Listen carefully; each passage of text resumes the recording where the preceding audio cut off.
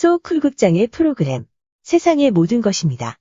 오늘은 조선시대에 어린아이의 혼령인 사아령을 만들다가 미수에 그친 사건 그리고 그 뒷이야기를 모아봤습니다. 제명대로 살지 못하고 억울하게 죽은 사아령은 초자연적인 힘을 가지고 있다고 전해집니다. 좋은 글로 보답하겠습니다. 구독과 좋아요 부탁드립니다. 그러면 시작하겠습니다. 여러분도 잘 아시다시피 사아령은 어린아이가 죽어서 된 혼령을 말한다. 특히 전통사회에서 영양실조로 굶어 죽거나 천연두에 걸려 죽은 아이의 억울한 혼령이 사아령이 된다.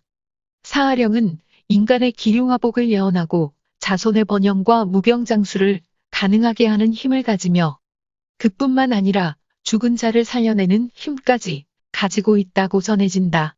사아령은 공중에서 휘파람으로 망령과 대화하며 죽은 자에게서 얻은 정보를 자기를 주인으로 모시고 신앙하는 무속인에게 전한다.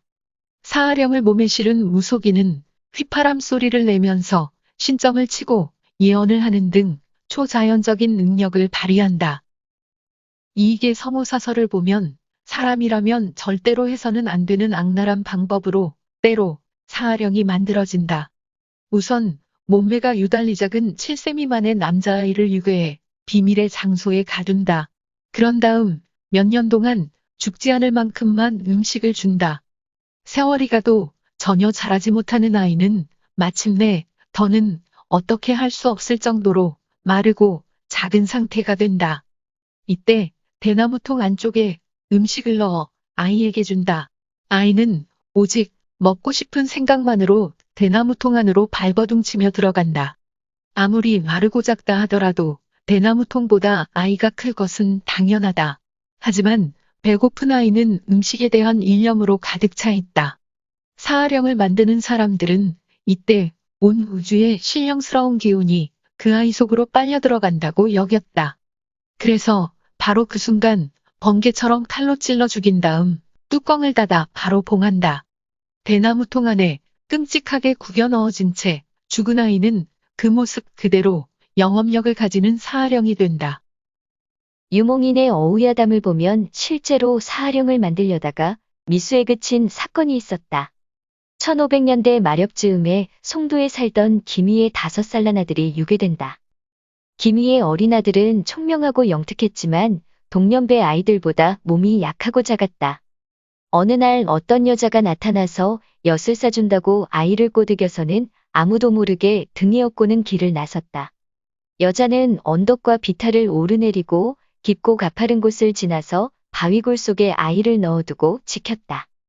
아이는 나가고 싶어 울부짖었지만 바위굴은 나갈 수 없게 막혀 있었고 빛이 들어오지 않아 아무것도 보이지 않았다.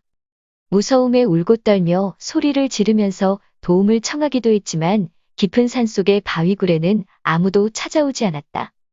캄캄한 어둠 속에서 혼자 한참을 그렇게 울고불고 난리를 치던 아이는 점차 지치게 되고 배고픔을 느끼게 되었다. 그때 바위굴의 통로로 누군가가 그릇을 하나 가져다 주었다. 그릇 속에는 미음이 들어 있었고 아이는 본능적으로 그 죽을 퍼마셨다.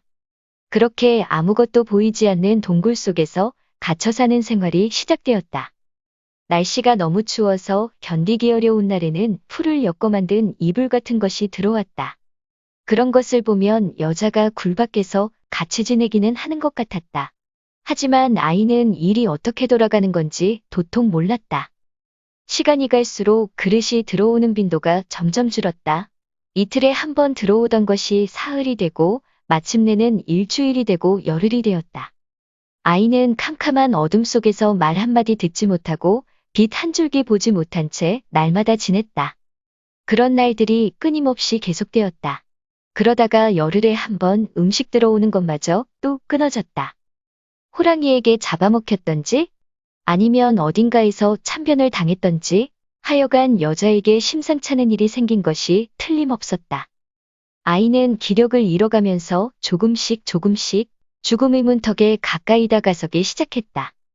사아령을 만들려고 하던 여인은 없어졌지만 아이는 여인이 꼭 원했던 방향은 아닐지라도 조금씩 아기가 되어가고 있었다.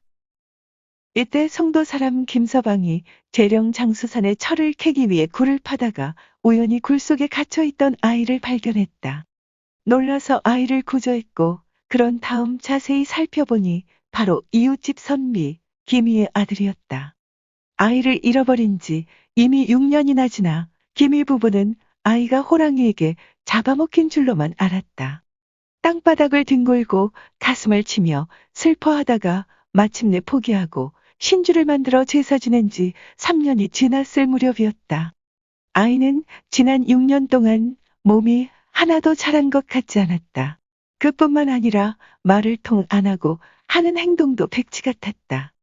그러나 한 번씩 번쩍 번개가 치는 것처럼 보는 사람을 섬뜩하게 만드는 표정을 가끔 짓곤 했다. 아이를 회복시키기 위해 갖은 노력을 다하고 있던 어느 날 아이가 갑자기 사라졌다. 찾은 지 2년째 되던 해였다. 여기저기 아이를 찾아 헤매다가 문득 이상한 생각이 들어서 아이가 있었던 바위굴에 가보았더니 그곳에 아이가 있었다.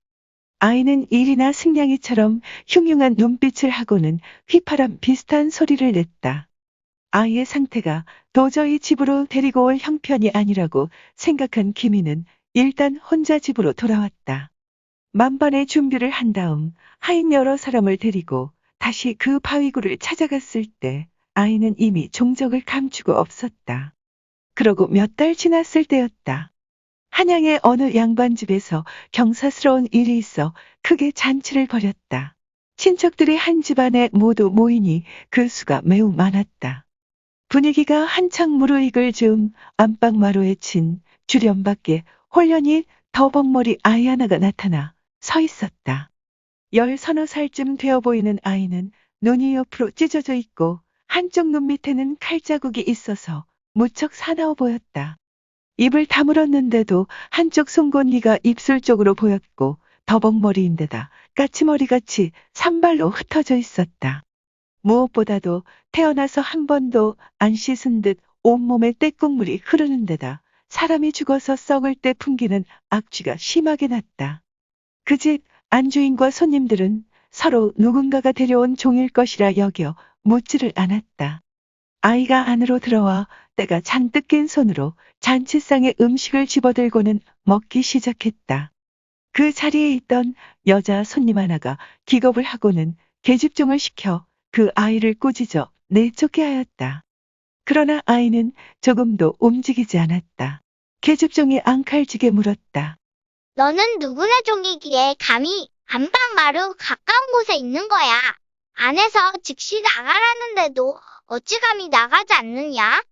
캐물어도 아이는 아무 말이 없었다. 그래서 다들 이상하게 여겨 비로소 서로 물어보았다. 이게 네 집종이요? 그러나 주인이나 손님들이나 한결같이 모른다고 하였다.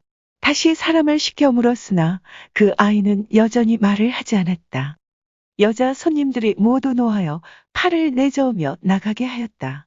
몇 사람이 처음에는 그 아이를 잡아 끌었으나 마치 개미가 커다란 바위를 미는 것처럼 끄떡도 하지 않았다.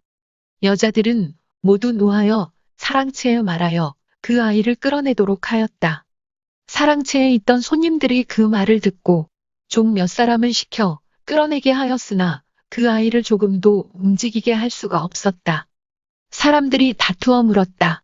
너는 어떻게 생겨먹은 아이기에 근내 한마디 말도 하지 않는 것이냐? 다들 화가 나서 장정 수십 명을 시켜 그 아이를 굵은 밧줄로 묶어 끌어내었으나 마치 태산과 같아 털끝만큼도 움직이지 않았다. 사람의 힘으로 움직일 수 있는 바가 아니었다. 손님 중 한 사람이 말하였다. 저것도 사람일 텐데 어찌 움직이지 않을 리가 있겠소? 다시 힘이 센 무사 5, 6명을 시켜 다 함께 큰 몽둥이로 때리게 하였다. 힘을 다하여 내리치니 그 세력은 마치 터뜨려 죽일 것 같았고 소리는 병력과 같았으나 아이는 여전히 조금도 움직이지 않고 눈 하나 꿈쩍하지 않았다. 그제서야 다들 놀라고 두려워하며 그 아이가 사람이 아닌 것을 알게 되었다. 다 함께 뜰에 내려가 그 아이 앞에 무릎을 꿇고 절하면서 간절하게 빌었다. 한참 후에야 아이는 갑자기 빙긋이 비웃음을 띄우고는 문을 열고 나갔는데 나가자마자 사라져 모습이 보이지 않았다. 다들 놀라고 두려워서 얼른 파하고 흩어져 집으로 돌아갔다. 다음 날부터 그 집과 잔치에 참여했던 사람들 집에 무서운 전염병이 크게 번졌다. 아이를 꾸짖고 욕했던 사람, 끌어내라고 했던 사람, 때리라고 했던 사람, 수행했던 무사와 노복 등이 며칠이 못 되어 죽었는데 모두 머리가 온통 깨진 상태로 죽었다. 잔치에 갔던 사람들도 모두 죽어 마침내 한 사람도 살아남지 못하였다. 이후 몇 해 동안 경양 각지에서 그런 일이 몇 번 벌어졌다고 합니다. 기민은 소문을 듣고 혹시나 하는 생각에 일이 벌어질 때마다 그곳을 찾아가서 수소문했습니다. 갈 때마다 기민은 칼을 차고 갔습니다. 죽이고 같이 죽을 생각이었습니다. 그러나 살아남은 사람이 없어서 끝내 알아낼 수가 없었습니다. 그즈음 한간에서는 그 아이를 머리를 억누르는 신이라는 의미로 두억신이라고 불렀습니다. 이 말을 글자 그대로 풀이하면 정신이 고장나서 성질이 난폭하게 변한 귀신이라는 뜻이 됩니다. 물론 왜 그렇게 불렀는지 그 근거는 알 수 없습니다. 아이의 정신이 왜 망가졌는지를 대충 짐작할 수 있을 것 같기는 합니다만 정확하게 단언할 수는 없습니다. 다행한 것은 몇 년이 지나자 두억신이가 더는 나타나지 않았다는 것입니다. 용어 해설에 올리겠습니다. 몽주는 무당의 몸에 내린 신을 말합니다. 무당은 그 신을 몽주신으로 모십니다. 따라서 몽주신은 무당의 몸에 실려서 무당의 주인이 되는 신을 말합니다. 신주는 죽은 사람의 위패로서 밤나무로 만듭니다. 주렴은 구슬을 꿰어 만든 발입니다. 노복은 산의 종을 말합니다.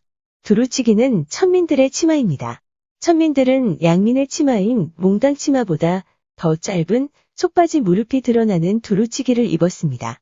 이 치마는 치맛단에 검은 천을 둘러 한눈에 천민님을 알아볼 수 있게 만들었습니다. 한가는 일반 사람들 사이라는 뜻을 가집니다. 참고한 문헌 및 출처 소개에 올리겠습니다.